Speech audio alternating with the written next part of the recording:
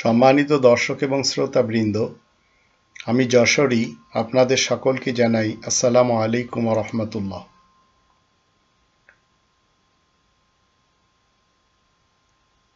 আমরা এই মুহূর্তে লক্ষ্য করছি যারা এদেশের জাতীয় সঙ্গীত পাল্টানোর জন্য কথা বলছেন, তাদের বিপক্ষে আরেক শ্রেণীর ওই সকল লোকেরা ভেটু দেওয়ার তালে রয়েছে যারা কিনা ভারতের রয়ের নিযুক্ত। রয়ের পক্ষ থেকে যারা আমাদের দেশে কাজ করে চলেছে এমনরাই এটি পছন্দ করছে না। কেননা ছাত্র শিশুদের লাশ দেখে এদের চোখে পানি আসেনি, তবে রবীন্দ্রনাথের গান শুনে এদের চোখে জল আসে। তাই এরা ভারতের রয়ের হয়ে এখনো যে কাজ করে চলেছে এটি আমাদেরকে বুঝতে হবে। আর যদি আমরা এ ব্যাপারে সন্ত্রস্ত না হই, সতর্ক না হই, তাহলে আমি বাংলাদেশি সেবা পার্টির পক্ষ থেকে আপনাদেরকে বলতে চাই, মনে রাখবেন আবার আমাদের পতন হবে এবং আবার ভারতের পেটে আমাদেরকে ঢুকে যেতে হবে। এটি আর না চেয়ে এই রব্বানি বিধানকে একটু সামনে রেখে আসুন আমরা এই তৃত্ববাদের বেদি আর এই আমার সোনার বাংলা, এই দুটি জিনিসকে আমরা উৎখাত করে ফেলি চিরতরের জন্য। তৃত্ববাদের বেদি বা শহীদ মিনার যাকে বলা হয়, এর একটি ইতিহাস আমি আপনাদের সামনে তুলে ধরব যে 1 মিনার থেকে 3 মিনারে রূপান্তরিত হয় কেমনে।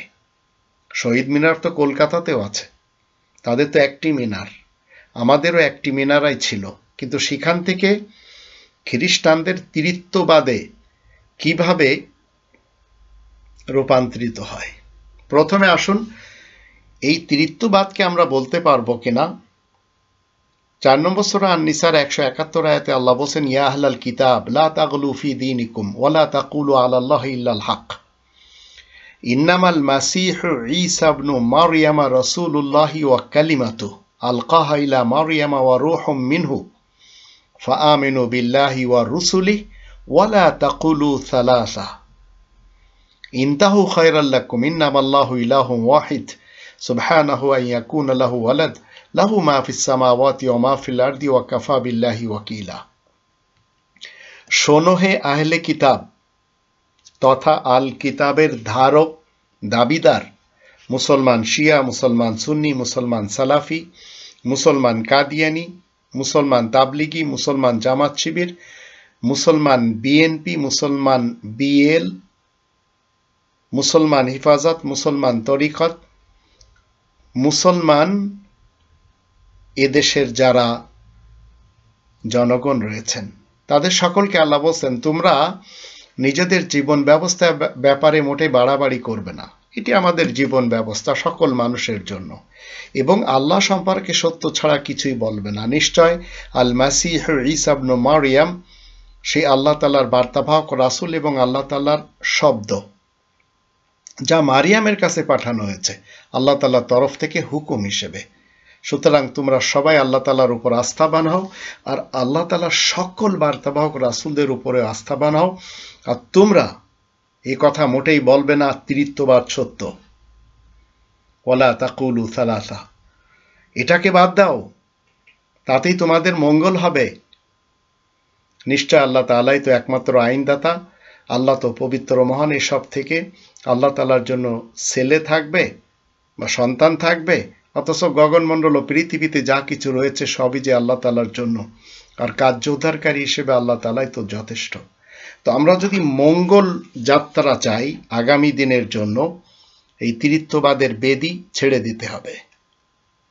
আর যারা এই তৃত্ববাদকে আমাদের দেশে ইস্টাবলিশ করেছে এরা কারা?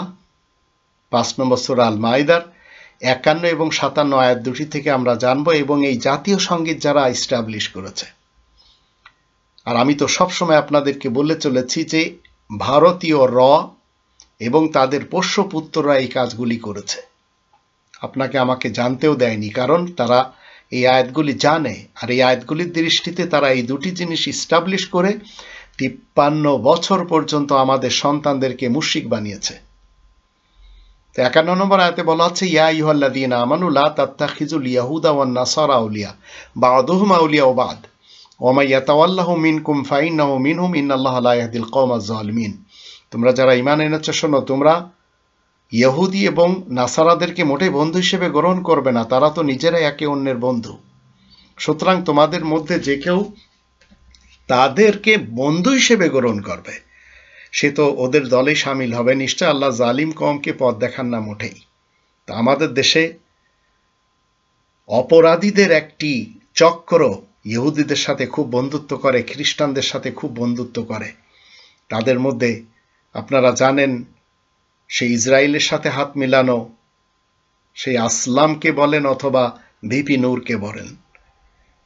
আবার হিন্দুদের ব্যাপারটি নিয়ে আমরা যদি 57 আয়াতে দেখি, যারা আমাদের কনস্টিটিউশন নিয়ে তামাশা করে, যদিও ইহুদি খ্রিস্টানরাও করে, আল্লাহ বলেন, ইয়া আইয়ুহাল্লাযীনা আমানু লা তাত্তাখিযুল্লাযীনা ইত্তাখাযু দীনাকুম হুজুওয়া ওয়া লা'iবা মিনাল্লাযীনা উতুল কিতাবা মিন ক্বাবলিকুম ওয়াল কুফফারা আউলিয়া ওয়াত্তাকুল্লাহা ইন কুনতুম মুমিনিন। তোমরা যারা ঈমান এনেছো শোনো, যারা তোমাদের জীবন ব্যবস্থাকে হাসি ঠাট্টা ও খেলার বস্তুরূপে গণ্য করবে আর যাদেরকে লিখিত আল কিতাব দান করা হয়েছিল তোমাদের আগে, তাদের মধ্যে যারা এমন করেছে তাদেরকে তোমরা বন্ধু হিসেবে মোটেই গ্রহণ করবে না। আর আয়াত গোপনকারী কাফেরদেরকেও তোমরা যদি সত্যই মুমিন হয়ে থাকো তাহলে আল্লাহ তাআলা তাকে অর্জন করো। তো ভারত আমাদের বন্ধু রাষ্ট্র, ভারতকে যা দিয়েছি চিরকাল মনে রাখবে। ভারতের সাথে আমাদের স্বামী স্ত্রীর সম্পর্ক, এই কথাগুলি আমাদের দেশের ওই সকল লোকদের মুখ থেকে ভারতের বের করেছে যারা তাদের হয়ে কাজ করেছে। তাহলে ভাষা আন্দোলন 1952 সালের 21 ফেব্রুয়ারি হয়েছিল এবং ছাত্রদের উপরে পুলিশের নির্বিচার গুলিতে অনেকে জীবন দিয়েছিল। তাহলে শহীদ মিনার কি তখন 3টি প্রতীক হিসেবে বানানো হয়েছিল না একটি? এদেরই স্মরণে খুব দ্রুত 23 ফেব্রুয়ারি বিকেলে ঢাকা মেডিকেল কলেজের ছাত্ররা নির্মাণ করেছিল একটি স্মৃতিস্তম্ভ। মনে রাখবেন, একটি মিনার, যা ছিল এদেশের প্রথম শহীদ মিনার। সেই শহীদ মিনারটি 10 ফুট উঁচু এবং 6 ফুট চওড়া ছিল। এর 3 দিন পরে আবার সেটি গুড়িয়ে দেয় পাকিস্তান জান্তারা।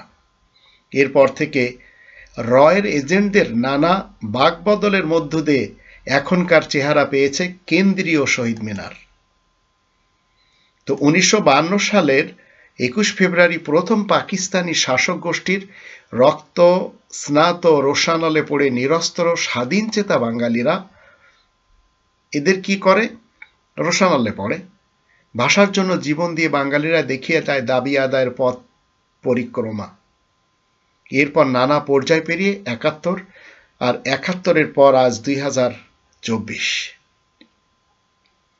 ভাষা আন্দোলনের প্রতীক হয়ে থাকবে শহীদ মিনার, তাতে কোনো সমস্যা নেই, কিন্তু তিরিত্ববাদ কেন? কেন সেখানে ফুল দিতে হবে? ভাষা শহীদদের স্মৃতিকে অমর রাখার জন্য কেন 3টি মিনারা বানানো হবে এবং এর নাম দেওয়া হবে শহীদ মিনার? এটি তো তিরিত্ববাদ, এটি তো আমাদের কালচারে পড়েই না। তো ইতিহাসের পাতা যখন আমরা উল্টাই, তখন দেশ ভাগের পর যখন আমাদের দেশ পূর্ব পাকিস্তান ছিল, ভাষার দাবিতে জিন্না যখন বলে স্টেটের ভাষা হবে উর্দু, তো পূর্ব পাকিস্তানের 99% মানুষের ভাষা তো বাংলা, কিন্তু বাংলাভাষীদের উপর উর্দু ভাষাকে চাপিয়ে দেওয়ার গুঞ্জনেই প্রতিবাদী হয়ে ওঠে বাঙালিরা। আর 1947 সালের নভেম্বর ডিসেম্বর ভাষার দাবিতে বিক্ষোভ শুরু হলেও 1948 সালের মার্চ মাসে আন্দোলনের রূপ নেয়, আর যা 1952 সালের 21 ফেব্রুয়ারি চরম প্রকাশ ঘটে। ওই দিন সকালে ঢাকা বিশ্ববিদ্যালয়ের ছাত্ররা 144 ধারা অমান্য করে রাজপথে বেরিয়ে এলে পাকিস্তানি পুলিশ তাদের উপর গুলি চালায়। এতে আবুল বরকত, আব্দুল জব্বার, আব্দুল সালাম সহ কয়েকজন ছাত্র যুবক কি হয়, ঘায়েল হয়ে যায়। তো এই ঘটনার প্রতিবাদে ক্ষুব্ধ ঢাকাবাসী ঢাকা মেডিকেল কলেজ হস্টেলে সমবেত হয়। তখন নানা নির্যাতনও তাদেরকে সহ্য করতে হয়। 22 ফেব্রুয়ারি পুনরায় রাজপথে নেমে আসে। তারপরে এই শহীদদের স্মরণে অনুষ্ঠিত একটি গায়েবী জানাজায় অংশ নেয় সবাই। তো ভাষা শহীদদের স্মৃতিকে অমর করে রাখার জন্য 23 ফেব্রুয়ারি রাতের মধ্যেই এই স্তম্ভটি তৈরি করা হয়, একটি স্তম্ভ। আর এটি মূলত শহীদ বীরের স্মৃতিতে শহীদ মিনার হিসাবে এটি রাখা হয়। তো ফাইনালে কি হয়, বাংলাকে পাকিস্তানের রাষ্ট্রভাষার স্বীকৃতি দেওয়ার পরে 1957 সালের কেন্দ্রীয় শহীদ মিনারের আবার কাজ শুরু করে দেওয়া হয়। আর এখান থেকেই হয় এই যত সব ছলা কলা কৌশল, যেগুলি এই আয়াতগুলির বিপক্ষে। তদ্রূপ আমাদের দেশের জাতীয় সঙ্গীত। তো 1999 সালের 17 নভেম্বর অনুষ্ঠিত ইউনেস্কোর প্যারিস অধিবেশনে 21 ফেব্রুয়ারি আন্তর্জাতিক মাতৃভাষা দিবস হিসাবে ঘোষণা করা হয় এবং 2000 সালের 21 ফেব্রুয়ারি থেকে দিবসটি জাতিসংঘের সদস্য দেশসমূহে যথাযথ মর্যাদায় পালিত হচ্ছে। আর শহীদদের শ্রদ্ধা ভরে স্মরণে রাখার জন্য সেই একটি থেকে 3টি প্রতীকে বদল করে দেওয়া হয়েছে। তো যারা করেছে মনে রাখবেন, এরাই হচ্ছে ভারতের রয়ের এবং ইহুদি খ্রিস্টানদের দোসর। আর জাতীয় সঙ্গীত, এখন তো সবাই চাচ্ছে জাতীয় সঙ্গীত বাদ দেওয়ার ব্যাপারে। তা আমি তো এই দুটি জিনিসকে একেবারে বাদ দেওয়ার জন্য অনেক আগে থেকে কথা বলে আসছি। রবীন্দ্রনাথ ঠাকুর 1861 সালে জন্ম এবং মৃত্যু 1941 সালে। রবীন্দ্রনাথ ঠাকুর বাংলাদেশকে উদ্দেশ্য করে জাতীয় সঙ্গীত কিভাবে গাইল? তার তো ইতিহাস আমরা দেখতে পাই, মূর্খের দেশে আবার কিসের বিশ্ববিদ্যালয়, তারা তো ঠিক মতো কথাই বলতে জানে না। অথচ নবাব স্যার সেলিমুল্লাহর দানকৃত 600 একর জমির উপরে আজকে ঢাকা বিশ্ববিদ্যালয়, ঢাকা মেডিকেল কলেজ, বুয়েটের মতো দেশের নামকরা শ্রেষ্ঠ শিক্ষা প্রতিষ্ঠানগুলো দাঁড় হয়ে আছে। সেই শ্রদ্ধেয় স্যার সলিমুল্লাহ সাহেবের মৃত্যুবার্ষিকীতে এইসব প্রতিষ্ঠানের কোনো আলোচনাই করা হয়নি। আর সবচেয়ে বেশি যারা এই সত্যকে ধামাচাপা দিয়েছে তারা হচ্ছে এই বাল মার্কা নেতা নেত্রী এবং কর্মী। যদিও বিএনপি মার্কা নেতা নেত্রী এবং কর্মীরাও একই কাজ করেছে। তৎকালীন সময়ে রবীন্দ্রনাথ ঠাকুর বাঙালি বিদ্বেষী এবং ঢাকা বিশ্ববিদ্যালয় প্রতিষ্ঠার বিরোধিতা করার জন্য যেসব কর্মগুলি করেছেন, এগুলি কম হোক বেশি হোক সবাই জানে, শিক্ষিত সমাজ যারা। এই রবীন্দ্রনাথ ঢাকা বিশ্ববিদ্যালয় প্রতিষ্ঠায় শুধু কঠোরভাবে বিরোধিতা করে ক্ষান্ত হননি, বরং তিনি ব্রিটিশদের সাথে রীতিমতো দেন দরবার করেছিলেন যাতে ঢাকা বিশ্ববিদ্যালয় না করা হয়। সে সময় রবীন্দ্রনাথ এক অনুষ্ঠানে দাম্ভিকতার সাথে বলেছিলেন গালি দিয়ে, মূর্খের দেশে আবার কিসের বিশ্ববিদ্যালয়, তারা তো ঠিকমতো কথাই বলতে জানে না। আবার আর একটি অনুষ্ঠানে তিনি কি বলেছিলেন, 7 কোটি সন্তানের হে মুগ্ধ জননী, রেখেছ বাঙালি করে মানুষ করেনি। তো এটি এদেশের মানুষকে তীব্রভাবে কটাক্ষ করে বলেছিলেন তিনি। সেটি আবার শেখ মুজিবুর রহমানও কি করেছিলেন, মুখ থেকে বের করে গেছেন আমাদের ইতিহাস বলে। সেই রবীন্দ্রনাথ ঠাকুরের জন্মদিন, মৃত্যুদিন, সাহিত্য উৎসব সহ আরো অনেক আয়োজনে ধুমধামের সাথে পালন করে এই খুনি হাসিনার যুগে, আবার খুনি খালেদার যুগেও সেটি করা হয়েছে। তার লেখা বাংলাদেশের জাতীয় সঙ্গীত এটি তো হতেই পারে না। এর জন্য বাঙালি বিদ্বেষীর লেখা জাতীয় সঙ্গীত চলবে কি করে, যেখানে প্রতিটি শব্দই আমরা দেখতে পাই আমাদের সৃষ্টিকর্তার বিপক্ষে। আর যে বঙ্গ সন্তান ঢাকা বিশ্ববিদ্যালয়ের রূপকার সেই নবাব স্যার সেলিমুল্লাহকে আজকের শিক্ষার্থীদের অনেকেই চেনা তো দূরের কথা, নামটাও জানে না। ঠিক যেমন ডক্টর মোহাম্মদ ইউনূসের সুন্দর অধ্যায় আমাদেরকে জানতে দেওয়া হয়নি, আর তার বিরুদ্ধে আমাদের দেশে সোচ্চার করা হয়েছিল ভারতের রয়ের মাধ্যম দিয়ে এদেশের ধর্মজীবী আগুনখোর বক্তা হুজুরদের। তার ভিতরে ইনায়েতুল্লাহ আব্বাসী, তার ভিতরে তারিক মনোয়ার রকেট হুজুর, তার ভিতরে মামুনুল হক হিফাজতের নেতা, রিসোর্টে ধরা খাওয়া, তার ভিতরে চরমোনার পীর, আরো অন্যান্যরা, এমনকি সেই ঢেলে দেই সেই তাহেরি, এরা সবাই ভারতের রয়ের হয়ে কাজ করেছে। কোনোভাবে যেন এই শিক্ষিত ব্যক্তিটি এই দেশে স্থান না করতে পারে।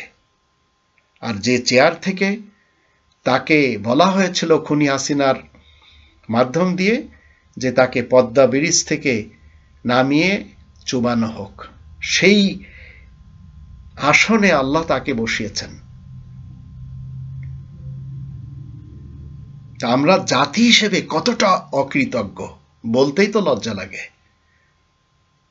আমি বাংলাদেশী সেবা পার্টির পক্ষ থেকে দেশের সকল ভাই বোনদেরকে জানাতে চাই, আপনারা সত্য ইতিহাস জানুন, এবং আপনারা যদি মনে করেন যে রব্বানি বিধান মতে এই দেশ পরিচালনা হোক, তাহলে আপনারা ডক্টর মোহাম্মদ ইউনূসের সাথে দিন। এটি আমি বাংলাদেশী সেবা পার্টির চেয়ারম্যান হিসেবে আপনাদের সকলকে বলতে চাই।